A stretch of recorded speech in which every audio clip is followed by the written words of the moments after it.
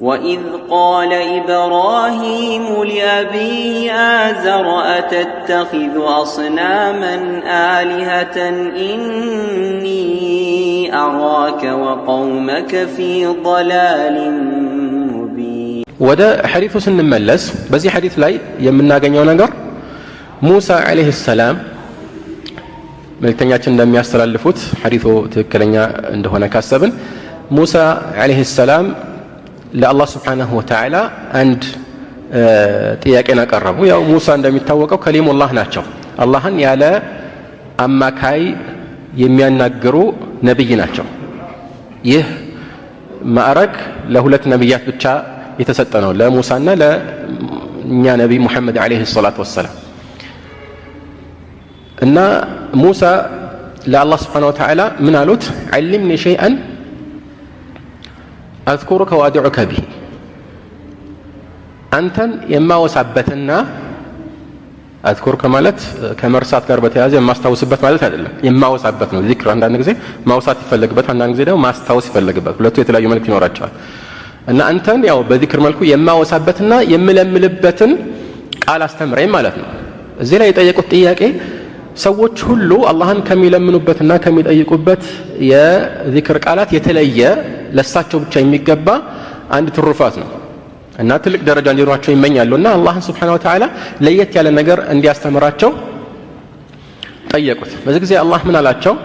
قال يا موسى قل لا اله الا الله ሙሳ ሆይ لا اله الا الله በል አላቸው። ምክንያቱም ይህ ቃል ከዚህ በፊት እንዳልነው ያው ትሩፋቱ የበዛና ሰማያትና ምድር የተፈጠሩበት የተለያዩ ነብያት ወደዚህ ምድር የተላኩበት በእነሱ ላይ መጽሐፍት የወረደበት ምክንያት ነው። ይሄ ላ ኢላሃ ኢላላህ የሚለው ቃል ሁሉን ነገር የሚይዝ ትልቅ ቃል ነው። ምንም እንኳን ዑለማዎች ከዚክር አንፃር የትኞቹ ዚክሮች ይበልጣሉ በሚለው ላይ ውዝግብ ቢኖራቸውም አንዳንዶች ላ ኢላሃ ኢላላህ ይላሉ፣ አንዳንዶች አልহামዱሊላህ፣ አንዳንዶች ሌሎች ነገሮችን ይላሉ። ግን በጥቅሉ በእርግጠኝነት የምናገረው መልእክተኛው አለይሂ ሰላቱ ወሰለም ከነገር ሁሉ የተሻለ የሚባለው አራት አረፍተ ነገሮች ናቸው ይላሉ። አፍضل الكلام ይባሉት እና እነዚህም لا اله الا الله ወይም سبحان الله والحمد لله ولا اله الا الله الله اكبر እነዚህ ማለት ነው። አንዳንድ ዘገባዎች ላይ ምናሉ لا يضرك بايهن بدات በየትኞቹም አረፍተ ነገር ብትጀምር አይጎዳህም አሉ። ማለት ቅደም ተከተሉን መጠበቅ ራሱ ግዴታ አይደለም ማለት ነው። እንዲሁ ያለ ገደብ ዚክር ማብዛት ከፈለክ እነዚህ አራት ቃላትን ደጋግመህ በል። ለማንኛውም በዚህ ላይ لا اله الا الله የሚለውን ሙሳ ሲሰሙ ምን አሉ? قال يا رب كل عبادك يقولون هذا ያንተ ባሮች ሁሉ እኮ ይሄን ይላሉ ማለት كل عبادك ማለት እንደዚህ ይሄንን ያመነበት ሁሉ ማለት ነው። ወይላ ኩል في بابها ዝም ቦታ ላይ ያቶም እሳቸው የጠየቁት የተለየ አላህን የሚያወሱበት ዚክር ነው። ስለዚህ ይህ አገባብ አላህን የሚያወሱ ሰዎችን የተመለከተ ነው ማለት ነው። ተግባባን? ከዚህ አንፃር አላህን የሚያወሱ ሰዎች ሁሉ ላ ኢላሃ ኢላላህ ይላሉ። ላ ኢላሃ ኢላላህ የማይል ሙስሊም የለምና ማለት ነው። አይ ኩል ለዚህ ቦታ ላይ እኮ አይ አብዛኛውን የተፈለገበት እንዳትሉ፣ ምክንያቱም አብዛኛው ሰው ካፊር ነው በመሰረቱ አይደል? ምክንያቱም ያው አላህ እንደጠቀሰልና አብዛኛዎቹ ሰዎች አያምኑ። ነገር ግን ሙስሊም የሆነው ሙስሊም እስከሆነ ድረስ የግድ ይህን ማለቱ አይቀርም፣ ቢበዛም ቢያንስም ማለት ነው። ወደ ሐዲስ ወደ ተዘገበበት መስደር ወይም ምንጭ ስንመለስ ኩሉ ዒባዲከ የቁሉ የሚል እናገኛለን። የቁሉን ነው የሚለው እዚህ ላይ ግን የቁሉ የሚል ነው የምናገኘው። ለውጥ የለውም በመልእክት ደረጃ፣ ግን የቁሉ የሚለው ከኩል ከሚለው ቃል ጋር በለፍዝ ደረጃ እንዲመሳሰል ነው። يعني مراعاة لللفظ ማለት ነው። የቁሉን የሚለው በቋንቋ ደረጃ ያስኬዳል፣ مراعاة للمعنى። ተግባባን? እንዲህ አይነት ነገር አለ በአረብኛ ቋንቋ። ያም ሆነ ይህ ሁሉም ያንተ ባሮች እንዲህ ይላሉ ሲሉ ምን አላቸው አላህ Subhanahu Wa Ta'ala? ያ ሙሳ لو أن السماوات السبع سبعة سماوات ሰባት ሰማያት እንዳሉ ያሳያል ማለት ነው። وعامرهن غيري በሰባቱ ሰማያት ውስጥ ደግሞ ያሉት ማለት ነው፣ እዛ ቦታ ላይ የሚኖሩ ማለት ነው። እና ዑምራን የሚባለው አንድን ነገር እንደ መኖሪያ መያዝ ሲሆን ነው፣ ወይም በዛ ቦታ ላይ ተመላልሶ ሰዎች ሲገኙ ነው። እና ያው ቃሉ መሰረታዊ በሆነ ጥሬ ትርጉሙ ማሳመርን ያሳያል። እና መስጂድን አስመልክቶ አላህ Subhanahu Wa Ta'ala إنما يعمر مساجد الله من آمن بالله إلى آخره ሲል ብዙዎች ኢዕማር የሚለውና እዚህ ቦታ ላይ መገንባት ብቻ ብለው አይደለም የፈሰሩት በመስጂዶች ውስጥ የሚኖሩ እዛ የሚገኙና የአላህን አምልኮ የሚፈጽሙ ማለት ነው ወአሚረሁና እና በሰማያት ውስጥ የሚኖሩት ማለት ነው ገይሪ አለ ገይሪ ማለት ከኔ ውጭ ማለት ነው ለምን እንዲህ አለ ምክንያቱም አላህ Subhanahu Wa Ta'ala በሰማያት ነው ነገር ግን እዚህ ላይ ሰማያት አንዳንድ ዑለማዎች እንደሚሉት ምናልባት ሚንባብ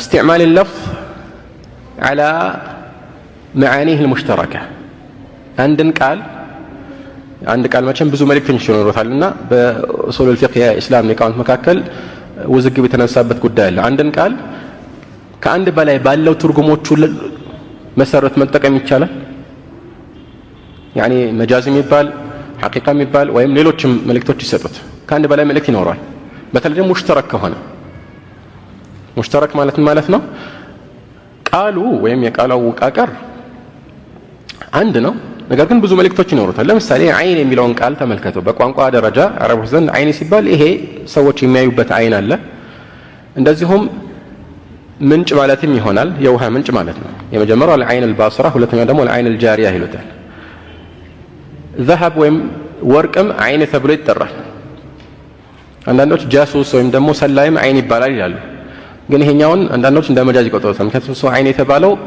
ላንተ የሚያይልህ ስለሆነ ነው እንጂ ራሱ ቀጥተኛ ትርጉሙ ሆኖ አይደለም የተውሰው ትርጉም ነው ማለት ነው ይሄ ሌሎችም ነገሮች ይጠቀሳሉ ይሄ አንድ ምሳሌ ነው ግን አንተ ይሄንን ቃል ተጠቅመህ ግን ሁሉንም መልእክት አስበህ ሊሆን ይችላል ለምሳሌ አፍሰዱ አይነሁ ስትል የሚያይበትንም አይን የቤት ውስጥ ያለውንም ምንጭ ጉድጓድ ወርቁንም ራሱ ሁሉንም አበላሹበት ማለት ሊሆን ይችላል ወይስ የግድ አንዱ ብቻ ነው የሚፈልግበት ብዙ ጊዜ ኢማም ሻፊዒና ሌሎች እዚህ ላይ ሁሉም ይቻላል ይላሉ ማለት በቋንቋ ደረጃ ሊሆን ይችላል ለዚህ ነው ቁርአን ላይ ለምሳሌ አላህ Subhanahu Wa Ta'ala ምንም እንኳን ይህ ነው የተፈለገበት የሚለው እርግጠኛ ባይሆንም والمطلقات ويتربصن بأنفسهن 3 قروء إلى قرء የሚለው ሐይድንም ከሐይድ ውጭ ያለውንም ሴቶች ከወራባ የሚጠሩበትንም ቀንም የሚመለከት ነው በቋንቋ ደረጃ ማለት ነው እና አንዳንዶች ሁለቱንም በአንድ ላይ ያቀፈ ሊሆን ይችላል ቢሉም ብዙ የሚያስኬድ አይደለም ግን ያም ሆነ ይሄ ነው የተፈለገበት ማለት ነው ግን ይሄ እንደሚቻል የሚያሳዩ አንዳንድ ዋቢዎች አሉ ከዚህ ጋር በተያያዘ ይሄንን ሐዲስ ከፈሰር ነው السماوات السبع ሲባል ሰባቱ የተገነቡ ሰማያትን ካሰብን ይሄ እዛ ውስጥ የሚኖሩትን አስመልክቶ በትክክል እዛ ውስጥ ያሉ በመካከል የሚኖሩ እንደ መላእክቶች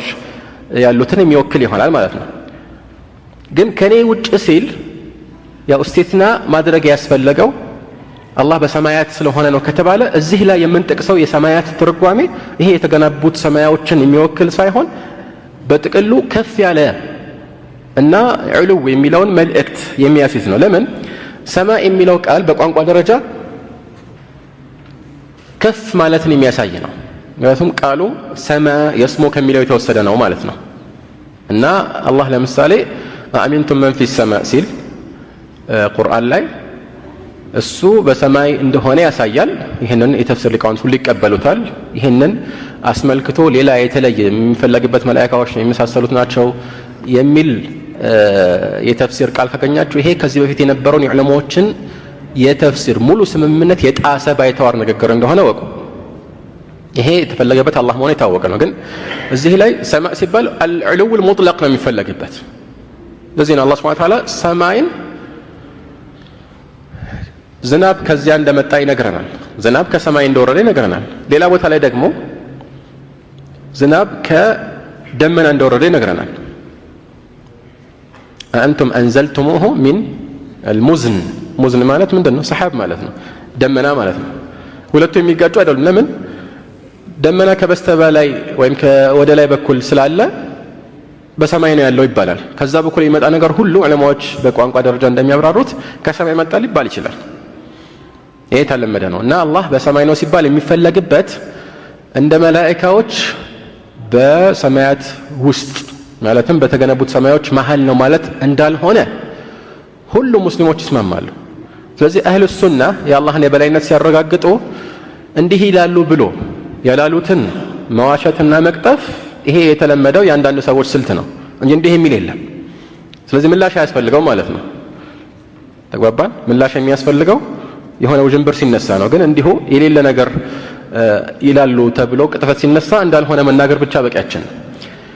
ሌላው ፊሰማ እና የመሳሰሉትን ገለጻዎች ሐዲስም ላይ ይሁን ቁርአን ላይ ለምሳሌ في حديث الجارية في صحيح مسلم መልእክተኛው عليه الصلاه ያቺ ሴት አይን አላህ ተብላ ስትጠየቅ መልእክተኛው ሲጠይቋት አላህ የት ነው ሲሏት ፊሰማ ስትል ምን አሉ?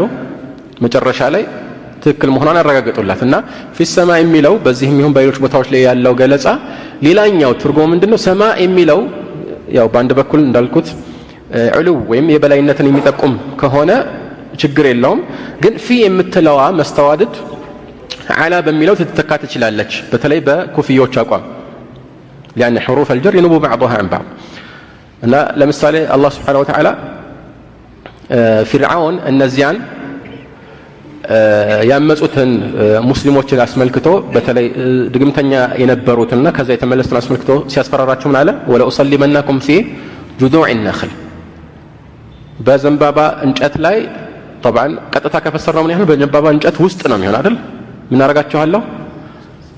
ሰቅላችኋለሁ። ስለዚህ በዚያም ቀጥታ እንግዲህ ወይም ሰዎች በሚገነዘቡት አንዳንድ ሰዎች በሚገነዘቡት መልኩ ካብራራ ነው እንጨቱን እንግዲህ ቦርቡሮ ውስጥ ከቷቸው ከዛ በኋላ ያው ሊተዋቸው ነው ማለት ነው። እንደዛ ደግሞ እንዳልሆነ ግልጽ ነው እና على جذوع النخل ያም ሆነ ይህ ወአምረሁና ገይሪ ሲባል እዚህ ላይ ቅድም መጀመሪያ ባብራራሁት መሰረት አላህን በተመለከተ ስለ ሰማይ ሲነሳ የሚፈለገው العلو المطلق ከሆነ እዚህ ውስጥ ያው ሰማያትም ሌሎችም የሚገቡበት ከፍታን የሚያመለክት እስከሆነ ድረስ ከኔ ውጭ የሚለው የሚያስከድ ይሆናል። ወይም ደግሞ አሚረሁና ገይሪ የሚለው من باب الاستثناء المنقطع ሊሆን ይችላል። ምን ማለት ነው?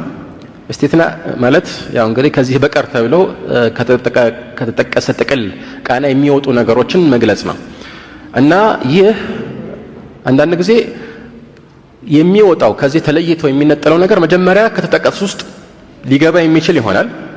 ይሄ ሙተሲል ይባላል። አንዳንድ ደግሞ የማይገባ ይሆናል። ለምሳሌ አላህ Subhanahu Wa Ta'ala فسجد الملائكة كلهم أجمعون إلا إبليس ملائكة ሁሉ አንድ ላይ ሰገዱ ከኢብሊስ በስተቀር ሲል አንዳንድ ሰዎች ይሄማ ያው ኢብሊስ መላእክት እንደነበር የሚያሳይ ነው ኢላ ተብሏልና الاستثناء معيار المعاملة لا ይሄኛው منقطع ነው። ተግባባን? ላኪን ማለት منقطع ማለት ላኪን ማለት ነው እና ያም ሆነ ይህ እንዲህ አይነት ስልት ያው ቋንቋን እንዲሁ የሆኑ የነህው ምናምን ኪታቦች በመቅራት ብቻ ሳይሆን የአረቦችን የቀድሞ ንግግሮቻቸውን ከአደብ ኪታቦችም ይሁን ከሐዲስና ከመሳሰሉት መዛግብት በብዛት ያየ ሰው ምን ተፈለገበት ይገባዋል እና ይህ ግልጽ የሆነ መልእክት ነው ማለት ነው። እና ከዚህም በኋላ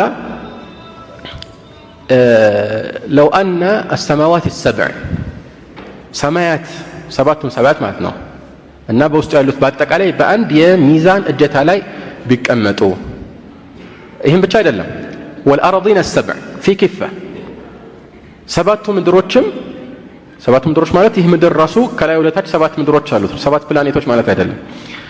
እነዚህ ከሰባቱ ሰማያት ጋር በአንድ ላይ በአንድ የሚዛን እጀታ ላይ ቢቀመጡ ولا إله إلا الله في كفة لا إله إلا الله ደግሞ በአንድ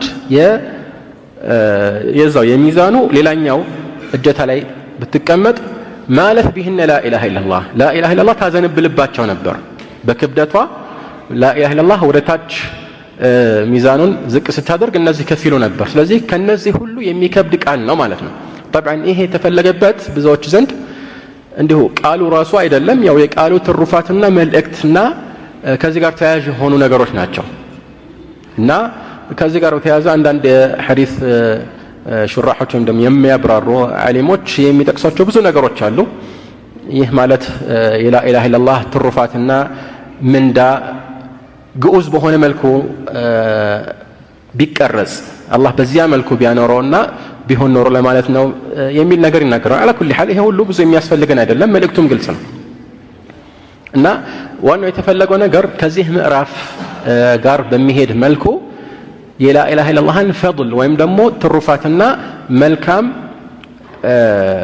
ምንዳ ክብደት ማሳየት ነው ያው ርዕሳችን ይሄ ስለሆነ ማለት ነው ያው ላ ኢላሃ ኢላላህ ማለት ደግሞ ተውሂድ ነው የተውሂድ መገለጫ እና የሽርክ ተቃራኒ የሆነው አንድ ሰው ወደ እስላም የሚገባበት ትልቁ የምስክርነት ቃል ነውና ማለት ነው نعم وللترمذي وحسنه عن انس رضي الله عنه قال سمعت رسول الله صلى الله عليه وسلم يقول قال الله تعالى يا ابن آدم إنك لو أتيتني بقراب الأرض خطايا ثم لقيتني لا تشرك بي شيئا لأتيتك بقرابها مغفرة نعم በዚህኛውም ሐዲስ ላይ እንደዚሁ የላ ኢላሃ ኢላላህን ታላቅ ትሩፋት የሚያሳይቁም ነገር እንመለከታለን ሐዲሱ በትርሚዚና በሌሎች የተዘገበ ነው عن أنس ማለት ነው ይሄም ያው በተወሰነ መልኩ የሰነዱ ዝግብ ቢኖርበትም ግን ብዙ የሚያጣላ አልሆነም ምክንያቱም ይሄኛው ሙአሊፉ ያሰፈሩት ገለጻ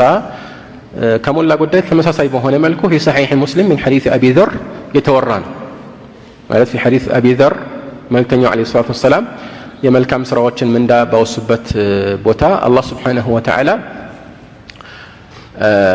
እንደዚሁ من أتاني بقراب الأرض خطيئة أتيته بمثلها مغفرة يميل تزجب قال نغنيال في صحيح مسلم ማለት ነው እና ይሄ ሐዲስ ቁድሲ ይባላል አንዳንድ የእስላም ሊቃውንት ብዙዎች በተለይ ከዚህ በፊት የነበሩት ይሉት የነበረው ሐዲስ ኢላሂይ ስለሆነ በዚህ መልኩ መጥራቱ የተሻለ ነው ይሄንን ምናልባት አንዳንድ የቢድዓ ሰዎች ሌላ መልእክት ይዘው ሊጠቀሙበት ስለሚችሉ ሐዲስ ኢላሂይ ሊባል ይችላል ምንድነው አላህ Subhanahu Wa Ta'ala የተናገረውን ነገር መልእክተኛው ከቁርአን ውጭ በሆነ መልኩ ቀጥታ የሚያስተላልፉ ሲሆን ይሄ ሐዲስ ኢላሂይ ይባላል ቁርአን ራሱን የቻለ መስፈርትና ገደብ አለው እና ሲነበብ ራሱ ያንዳንዱ ሐርፍ ወይም ፊደል የሚያስገኘው ትሩፋት አለ ከዚህ ውጭ ሆነ መልእክተኛው የሚያስተላልፉት ሐዲስ ቁድሲ ወይም ኢላሂ ግን ከአላህ ዘንድ የተላለፈ ቢሆንም እንደ ቁርአን አይቆጠርም እና ከሰነድ አንፃርም ምናልባት አንዳንዴ صحيح ضعيف ሊባል ይችላል ቁርአን እንደዚህ ነገር አያስፈልገውም ቁርአን እያንዳንዱ ፊደል ሙተዋቲር በሆነ መልኩ የተረጋገጠ ነው ምንም የሚያጠራጥር ነገር የለውም ማለት ነው المهم وإذ قال إبراهيم لأبيه آزر أتتخذ أصناما آلهة إني أراك وقومك في ضلال